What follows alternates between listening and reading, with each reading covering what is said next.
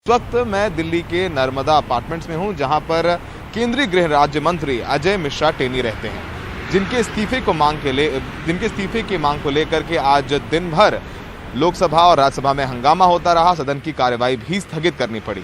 लेकिन सूत्रों से मिली जानकारी के मुताबिक केंद्र सरकार अजय मिश्रा के इस्तीफे लेने के पक्ष में नहीं है, क्योंकि सरकार को लगता है कि मामला सुप्रीम कोर्ट में है, तो इस्तीफा लेने का कोई मतलब नहीं निकलता। देखिए पूरी रिपोर्ट।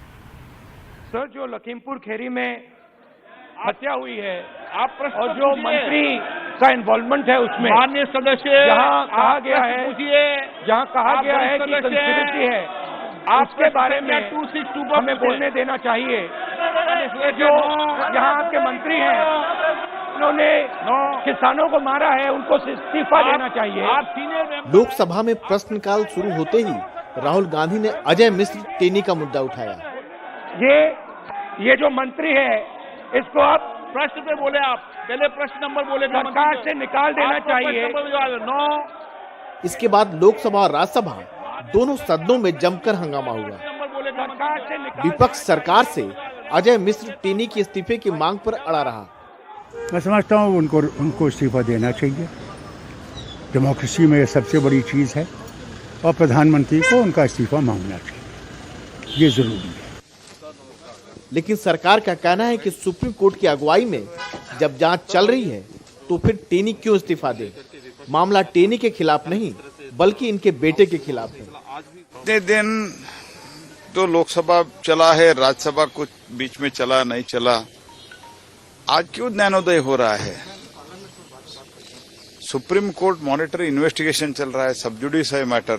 जो आदमी minister of state home affairs है वो इन्फ्लुएंस कर सकता है, तो उसीलिए हम मांग रहे हैं कि इन्होंने ही ये कहा था कि किसानों आप सुधरो, नहीं तो हम आपको 2 मिनट में सुधारेंगे। और इन्होंने नहीं ये कहा था मेरा बेटा अगर उस स्पॉट पे थे, अगर ये साबित हुआ तो मैं इस्तीफा दूंगा बोले थे।